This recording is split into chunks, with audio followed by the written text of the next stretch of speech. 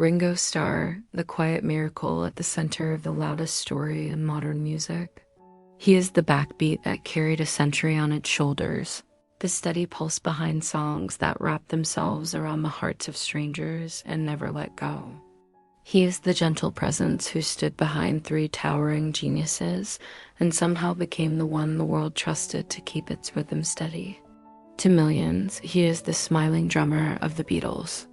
To those who have watched his journey closely, he is something even rarer, a man who climbed from hospital beds and bomb shelters to the summit of culture, only to be thrown back into darkness again and again, and still chose peace and love instead of bitterness.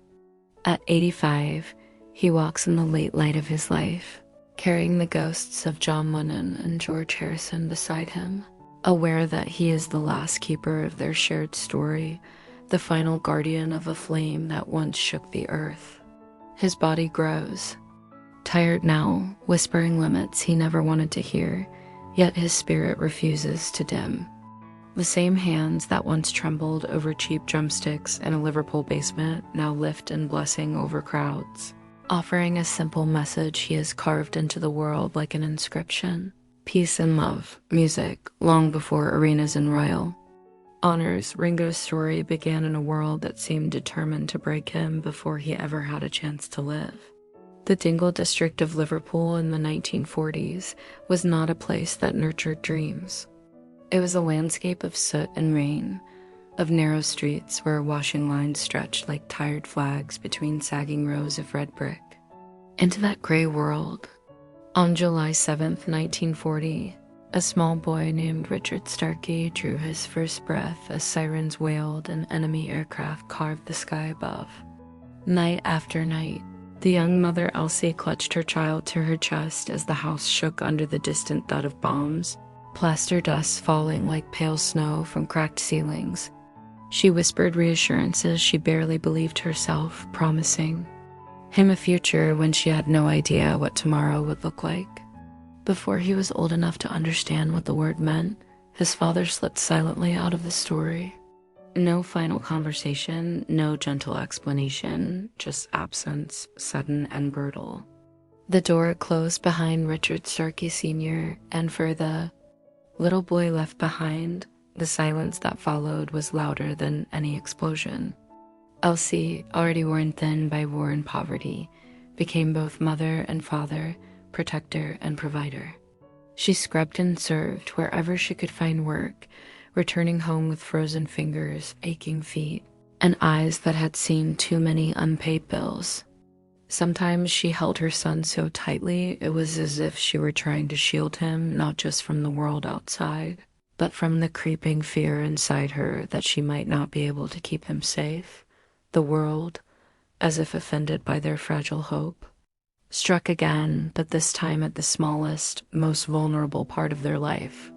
A simple medical procedure, an appendix removed from a thin 6-year-old boy, spiraled into a nightmare of infection. Peritonitis took his tiny frame to the edge of survival. Hospital corridors smelled of antiseptic and worry. Elsie sat and hard-backed. Chairs under fluorescent lights, listening to doctors murmur grim possibilities just beyond the door.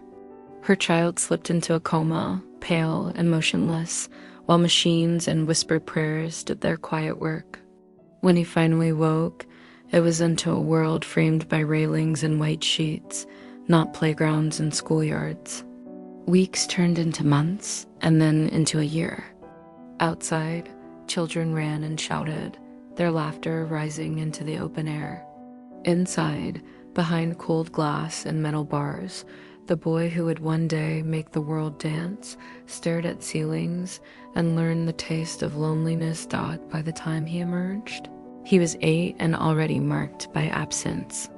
He had missed lessons, friendships, and the simple chaos of childhood.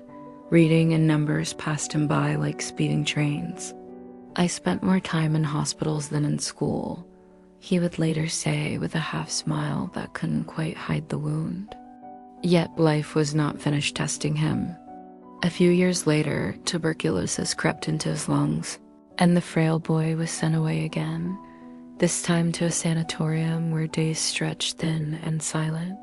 The world narrowed to one bed, one window, one clock ticking on a wall that never moved fast enough. He ate alone, coughed alone, watched seasons change outside a pane of glass that never opened. Other boys learned games and dances. He learned patience, waiting, the strange quiet that settles in when you're never sure what your body will do next. Somewhere in that suspended time, a small miracle occurred. A nurse, perhaps trying to distract a child who had spent too long staring at the floor, placed a mallet in his hand and asked him to tap on a metal surface. The sound was simple, dull, unremarkable to anyone listening from the hallway. But to the boy holding the stick, it felt like a door creaking open. A rhythm answered him from somewhere deep in his chest. Later, when a worker handed him a record filled with drum patterns and said, "Here, have a listen," he clung to it like a life raft. The grooves of that vinyl became a map, leading him away from the sterile walls and into a world where sound could be shaped, where time could be his friend rather than his enemy, music. When he finally returned to the streets of Liverpool in his mid-teens, he didn't step back into a comforting embrace. He stepped into a harsh wind. School had passed him by. While others were thinking about final exams, he was thinking about survival. The Dingle had never been gentle, and it did not make an exception for a boy returning from years among doctors and nurses. The corners were sharp, the humor rough, the temper short. Violence floated in the air, always nearby, always ready to land. Ringo, small, thin, weakened by years of illness, was an easy mark. Bigger boys saw softness where there was only exhaustion. They shoved him into walls, mocked his slowness, sneered at his clothes.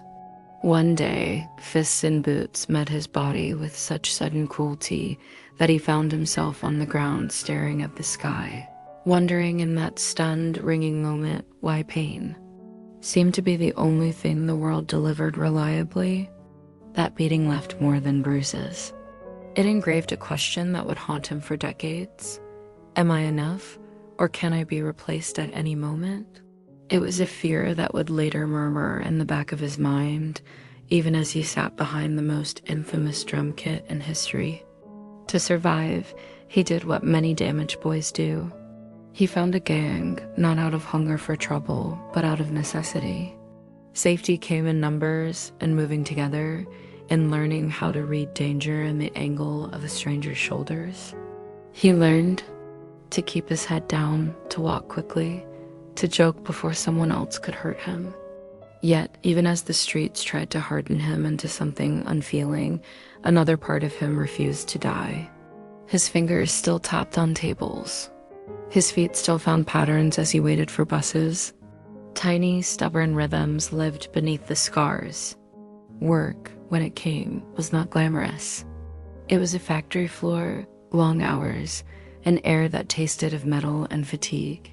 Machines screamed, sparks jumped, and a thin young man who had already worn too many hospital gowns now wore overalls instead. He was just another worker bent over a station, trying to keep up. The clang of equipment echoed through his bones, reminding him of how vulnerable his body had always been. Yet in that harsh roar, he found a strange sanctuary. He began to tap. Again, this time on the edges of his workbench, letting the beat drown out the grind of the machines and the dull weight of exhaustion. Music was the only thing that didn't hurt, he would say, distilling years of struggle into one simple truth: music. In the middle of this grind, fate arrived disguised as friendship and scrap metal. During lunch breaks, Ringo and his mate Ray Trafford would slip downstairs into a basement where rust and damp hung heavy in the air. There, surrounded by discarded parts and forgotten tools, they turned whatever they could find into instruments. Biscuit tins became drums, boxes became makeshift percussion, tabletops became stages.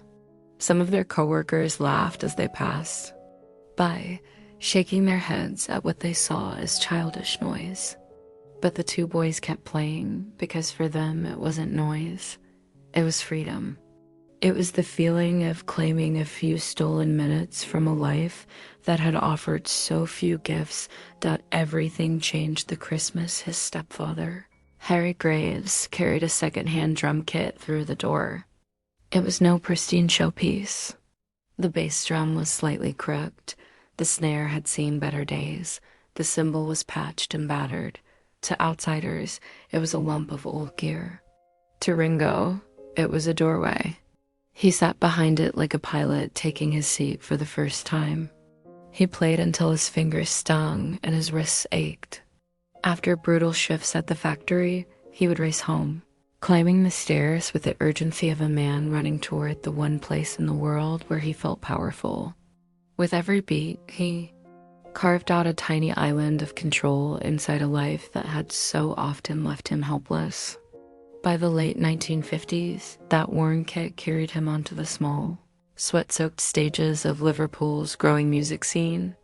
On July 31st, 1957, he stood on the stage of the Cavern Club with the Eddie Clayton Skiffle Group, the smell of damp stone, cigarettes, and spilled beer curling up from the floor.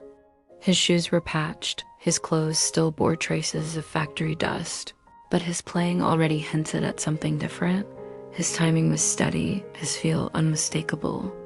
For the first time, he could feel the audience react to what he was doing. Bodies swaying, heads nodding, a murmur of excitement that said, without words, keep going. In 1959, another crossroads appeared, dressed in bright clothes and easy charm. Rory Storm, a charismatic frontman with a flair for spectacle, watched Ringo perform and saw beyond the worn kit and shy demeanor. He recognized the elusive quality other drummers lacked, feel.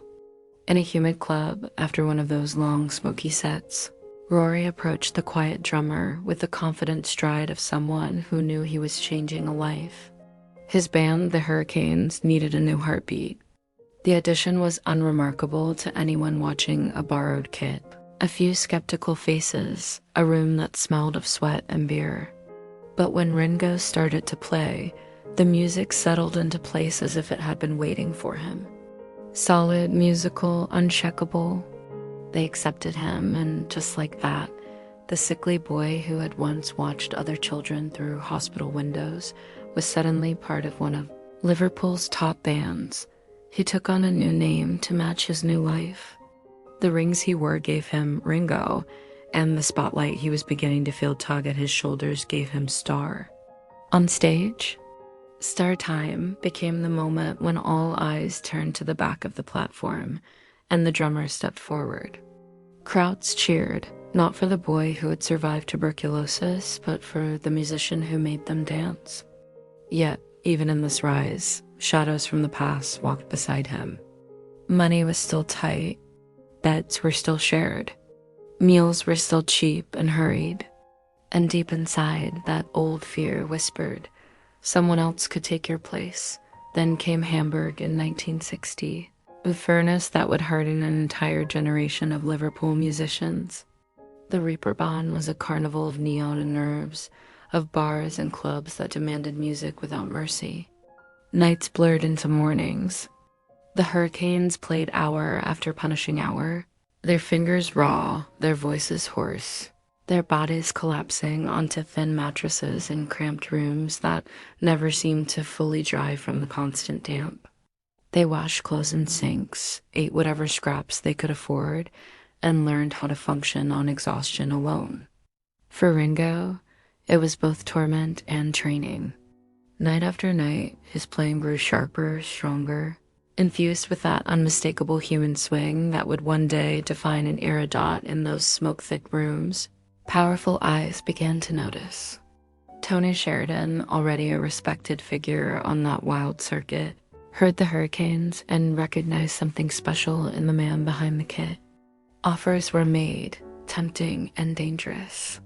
For a boy who had grown up with so little, the idea that someone important wanted to pull him into a new orbit was both thrilling and terrifying. It was proof that the rhythm inside him was real, that all those hours in hospital beds and factory basements had been leading somewhere. Music. Somewhere in that chaos. 3 other young men from Liverpool kept watching from the shadows. John Lennon, sharp and restless. Paul McCartney, melodic and driven. George Harrison, quiet and intense. Their band still taking shape, still rough around the edges, crossed paths with Ringo again and again.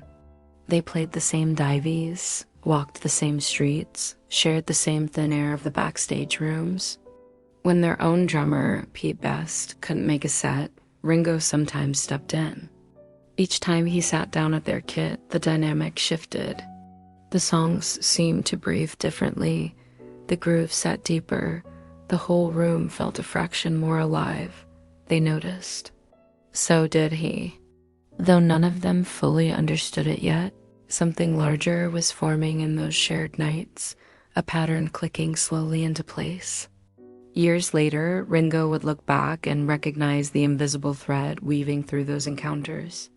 At the time, he only knew that he felt strangely at home with them, that something about their energy and his rhythm fit together like pieces from the same puzzle scattered across different boxes dot in 1962.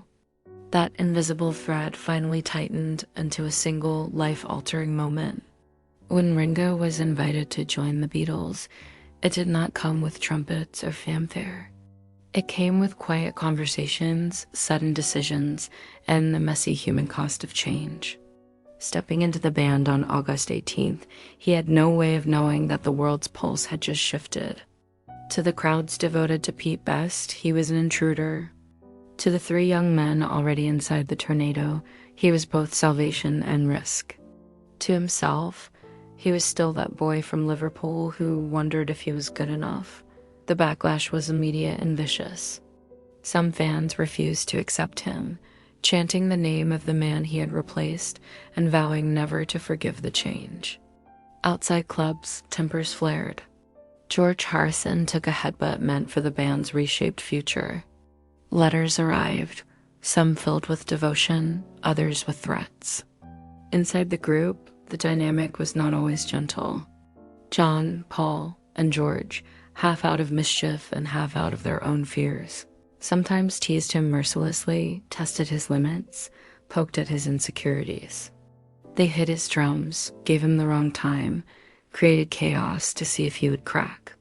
For a man carrying the scars of abandonment and illness, it was a cruel echo of earlier pain, and yet, in the middle of all this, something undeniable kept shining through. When Ringo sat behind the kit and counted off a song, the music locked into place. His slightly behind the beat feel, his left-handed approach on a right-handed setup, his refusal to overplay, they all combined into a sound that simply felt right. Within a year, the storm broke fully. Beatlemania didn't arrive politely. It erupted. Airports turned into arenas of tears and screams. Police lines bent and broke. Girls fainted just from seeing him smile. Cameras tracked that now famous grin on television screens across continents. In February 1964, when the Beatles stood under the bright lights of the Ed Sullivan Show, and 73 million people watched them at once, the camera found Ringo behind the drums, beaming with a warmth that belied the fever, the fatigue, and the anxiety he kept hidden. The world saw a young man living a dream. What they did not see were the hotel bathrooms where he sat alone after shows, hands trembling, ears ringing so violently that silence felt like a distant memory. They didn't see the toll of years without true rest, of planes and cars and endless press conferences. They didn't see him wondering, late at night, if the small boy who once lay in a hospital bed had really made it out, or if he was still there somewhere, waiting for the world to forget him. By 1964, the pressure finally found a way to break through.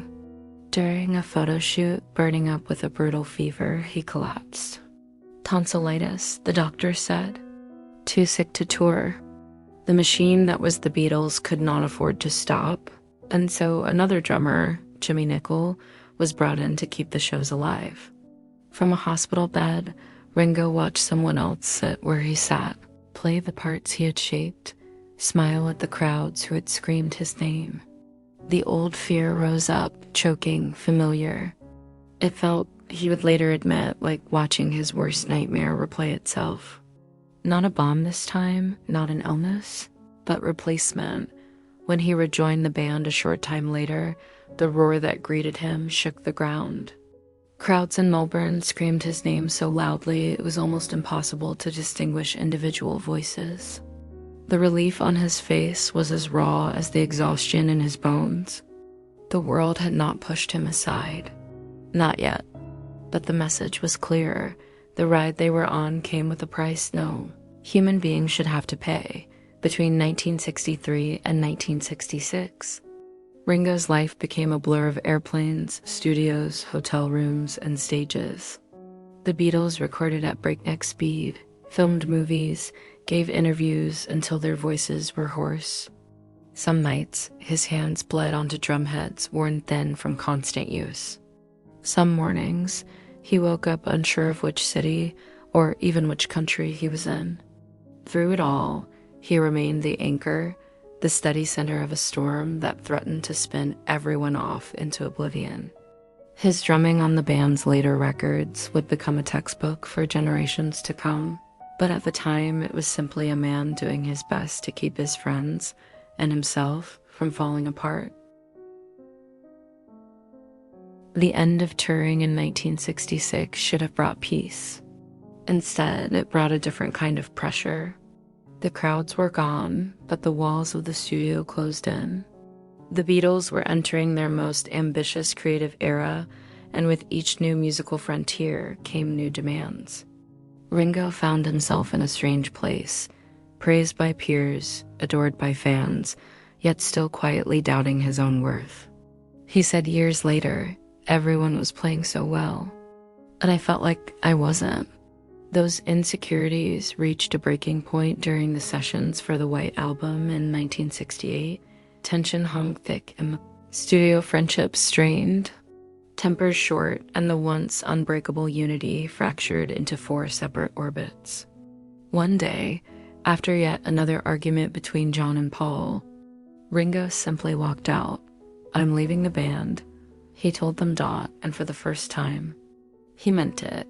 He flew to Sardinia, sat on a boat with Peter Sellers, and wondered how something as pure as rhythm had led him into a world this heavy. Back in London, the Beatles, those same boys who once teased him, fell silent with shock.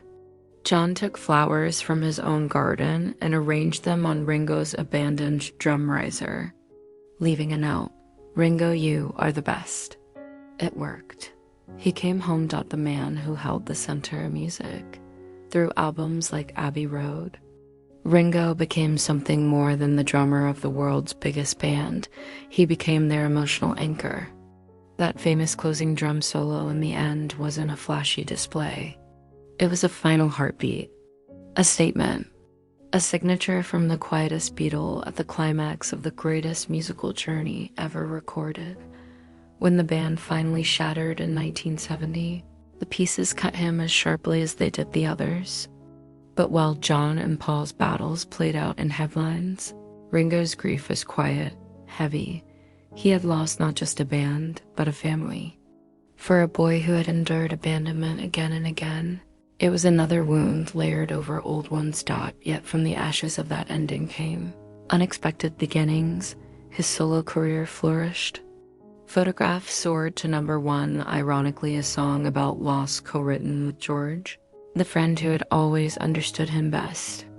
His voice, warm and unpretentious, carried a kind of honesty the world found disarming, but fame is not a shield, throughout the 1970s and 80s. As the culture changed and personal demons closed in, Ringo struggled. Alcohol clouded his life, threatening to steal everything he had fought to build. There were days when the man who had survived bombs, illness, violence, and the collapse of the Beatles wondered if he could survive himself. Then came Barbara Bachelove. Partnership, recovery. The two entered rehab together in 1988 and walked out sober. hand in hand, refusing to ever look back. It was one more reinvention, one more resurrection, the last Beatles still standing music as the decades rolled on. History dealt its harshest blows, John taken by violence, George taken by illness, two ghosts permanently at Ringo's shoulders. Suddenly, the drummer who once feared being replaced had become the last rotating planet in a shrinking solar system.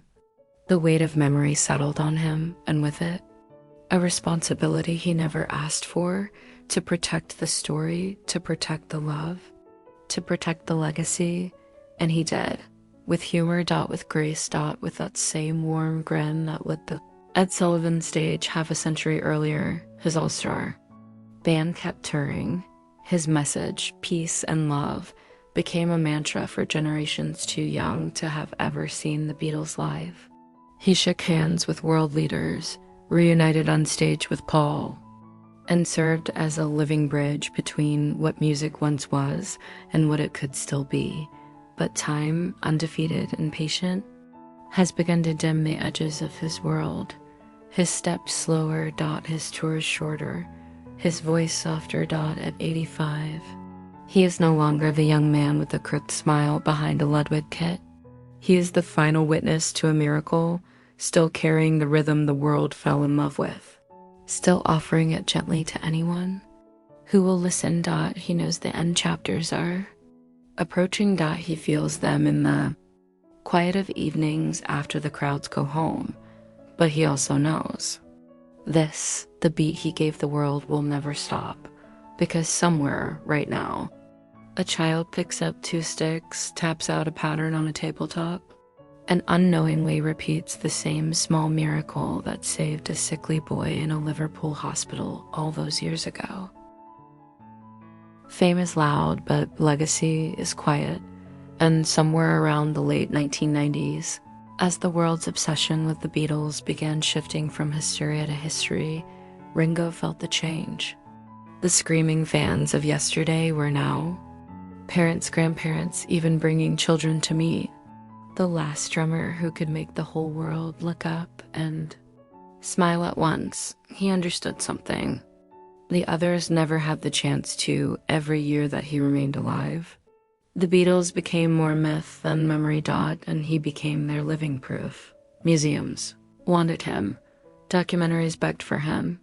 Authors chased him for details, scraps, anything. But Ringo refused to become a museum. Peace. He kept moving, kept playing, kept laughing in the face of time.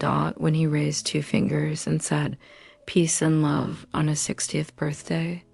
It was a joke when he did it on his 65th.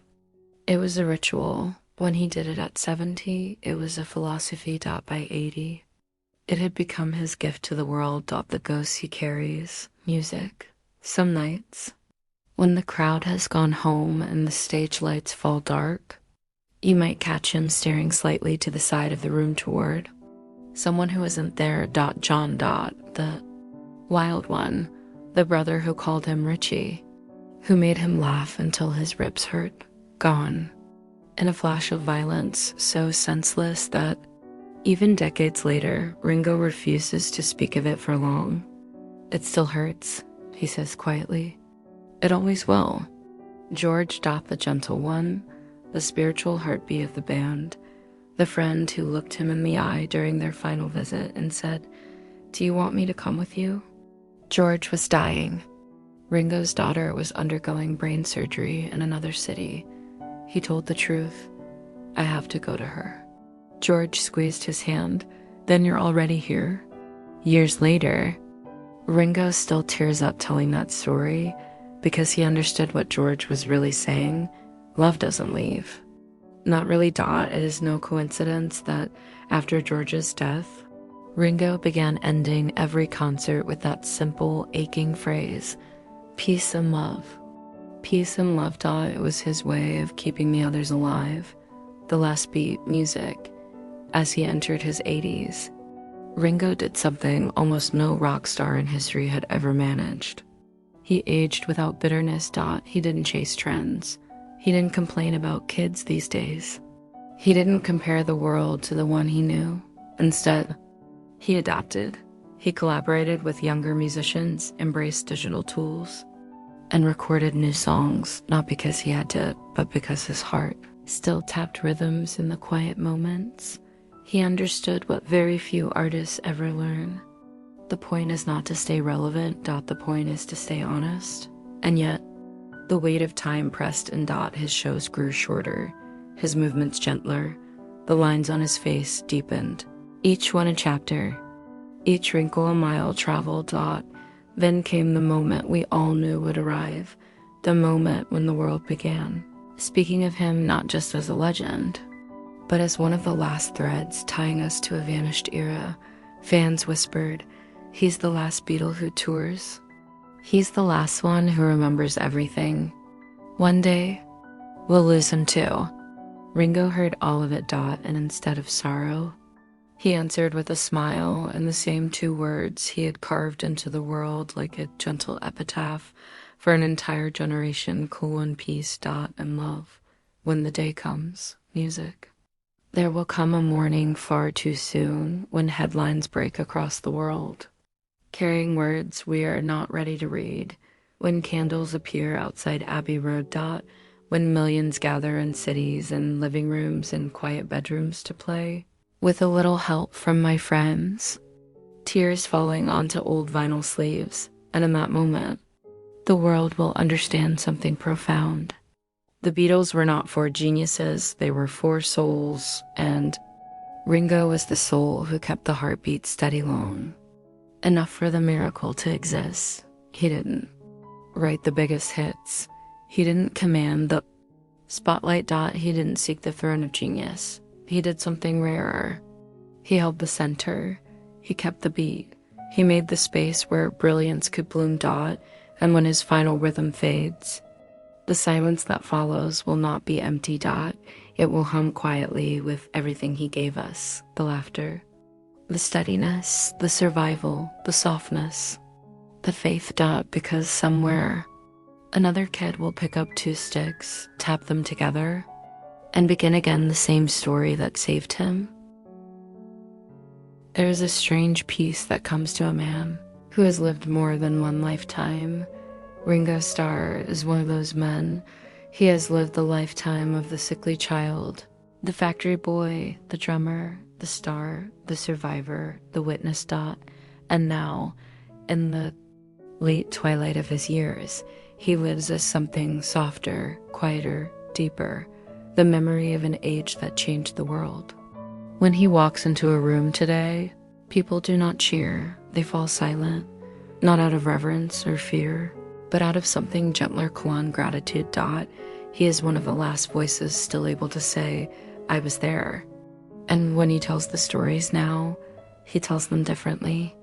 Not with frantic energy, not with the wild, restless humor of youth, but with pauses, soft spaces where he lets the weight of what once was settle between his words. The world grows still when he speaks, because we know these stories won't be told by him forever. The room at the end of the hall, music. Every artist has a room where they go when the work is done. Ringo's room is filled with light sunlight spilling over shelves of photographs, old drumsticks, bracelets, and memories that refuse to fade. He walks slowly now, not because he is weak, but because he has learned the value of savoring the spaces between steps. Sometimes he sits at a small drum kit in the corner, not the glittering Ludwig set the world remembers, just a quiet practice kit. A simple one, like the one he began with. He taps gently, soft rhythms, old rhythms nobody else will ever hear. These are his rhythms, the ones he saved for after the applause, in those private moments. He thinks of John, he thinks of George.